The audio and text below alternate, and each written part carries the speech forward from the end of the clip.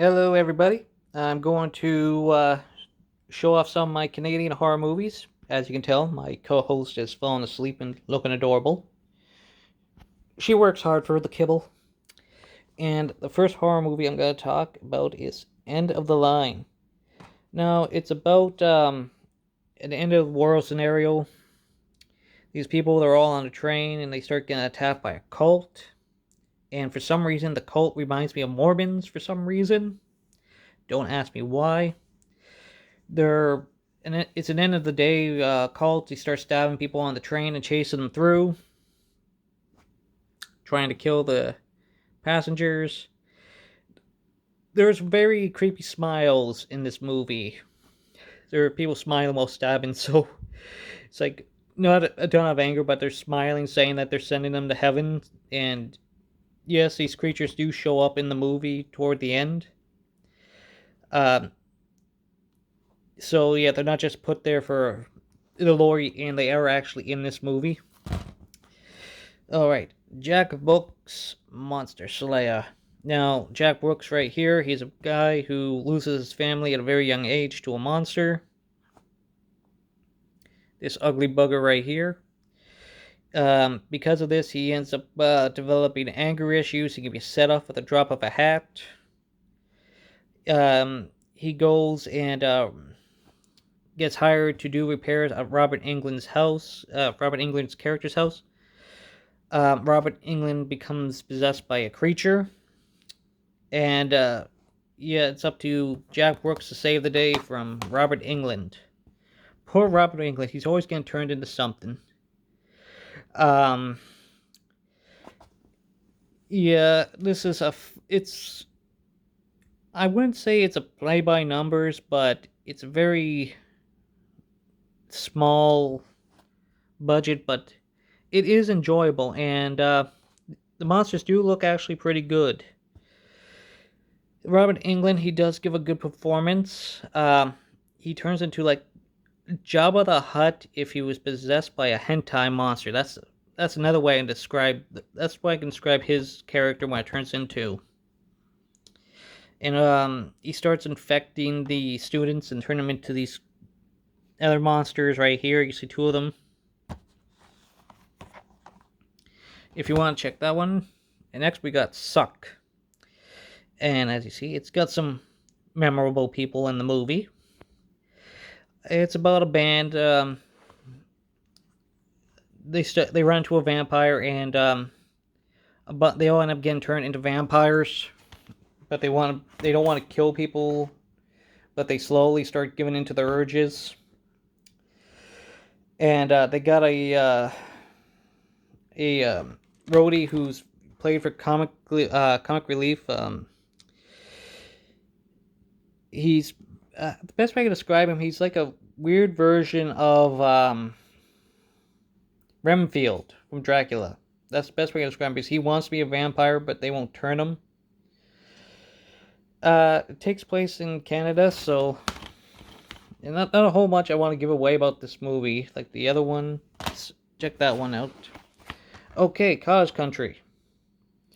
Okay, Cottage Country is about this guy right here. He goes off to the woods. He's going to get married to this lady right here.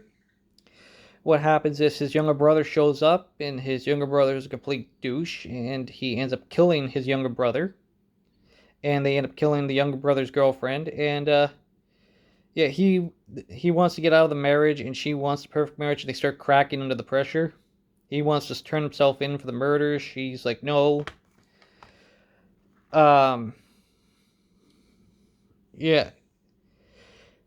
It's actually a very funny movie, and as you see, done by the same guy of Hobo with a Shotgun. There's the douchebag brother. And yeah, that's the douchebag brother's girlfriend right there. Check this out. If you liked Dale and Tucker, he pretty much plays like Tucker if he got Dale if he got married. And speaking of which, Tucker and Dale versus Evil. Yep, not more I could say about that there. A pair of hillbillies who people believe are the killers turn around and end up being the hero.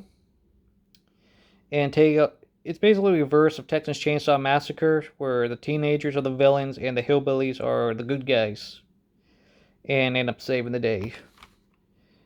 There's a lot of reviews of this movie already, so I don't want to give too much away. If you want to know more, I say check out their reviews. I'm just going to give a quick rundown. But great deaths, funny scenes.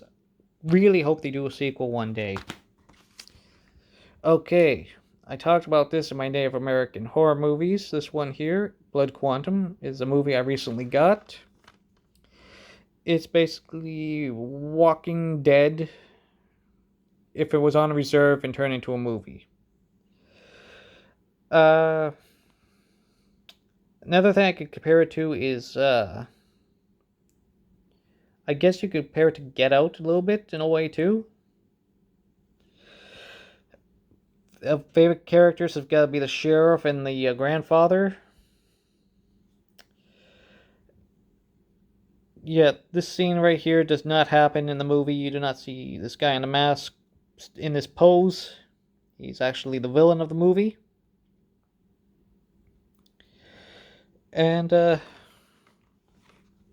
yeah, if you like Walking Dead, or if you liked zombie movies in general, I say check this out. The effects are very good and well done. Acting's not the best, but it's a start. It's a good start. I have seen a hell of a lot worse. Next is My Bloody Valentine. This is the original from 1981. And I remember my father really wanted to get this movie before he passed away. Unfortunately, he couldn't before he died. So I remember buying this. As soon as I saw it in the store, I bought it. Excuse me, gotta get a little bit of gas. And he wanted me to watch this movie with him. And I did watch this. And, if you've seen the remake, it's basically the remake did a shot for shot. They just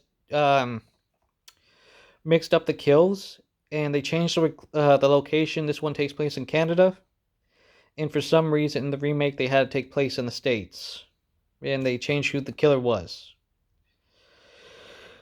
Yeah, I love this movie. I truly do. Next is Deadly Eyes. Now, Deadly Eyes is a giant animal movie. These rats become supersized and they start attacking people. This one has child murder. I come to think of it, so did Blood Quantum, because you see a baby get eaten in Blood Quantum. This one here, giant rats also eat a baby. They don't shy away from child deaths, which is actually a big plus, because I don't like kids having plot armor in movies. It's like, what do you think the monster's gonna, like, oh, you're a child, I'm just gonna pass you by and kill your parents? That doesn't make no sense to me at all. So yeah, kids die in this, old people die, animals die. There is puppetry in this that reminds me of Critters. Check it out. In the words of Joe Bob, 4 stars. Death Do Us Part. This one here is about a woman. She goes off to, her and her husband go off to, I believe it was a Holiday Inn, or it was they went off on some kind of vacation. Oh, they went for the weekend. And with friends, and, people start getting killed. It starts turning into a horror. People start dying. The killer's reason for being the killer is, how can I say it? It's not a horrible reason, but it's an interesting reason why she starts becoming the killer. And I say she, that's all I'm gonna say. Not gonna tell you if it's the bride, one of the friends. You have to be surprised. And the last one is Altitude. Now, this is a movie done in the spirit of H.P. Lovecraft. A group of friends, they get into a plane, and for some reason they can't land. And they get lost in a storm, so they can't find a spot to land, and they start having mechanical problems. and then they start seeing this big ass creature in the background attacking, following them, and it does kill a few of them. The creature, they do good effects, and the monster is memorable. It does have a good design. I would say look up the design on Google if you can. I wish they showed more of the monster in this movie, but the ending is a huge cop out and is stupid. That's the only thing I did not like is the ending, because for some reason it starts turning into a drama, and it's like, come on, you had a good storyline, then you pull that crap. Alright, that's it for my Canadian horror movies. Hopefully I showed you some you never seen before. Take care.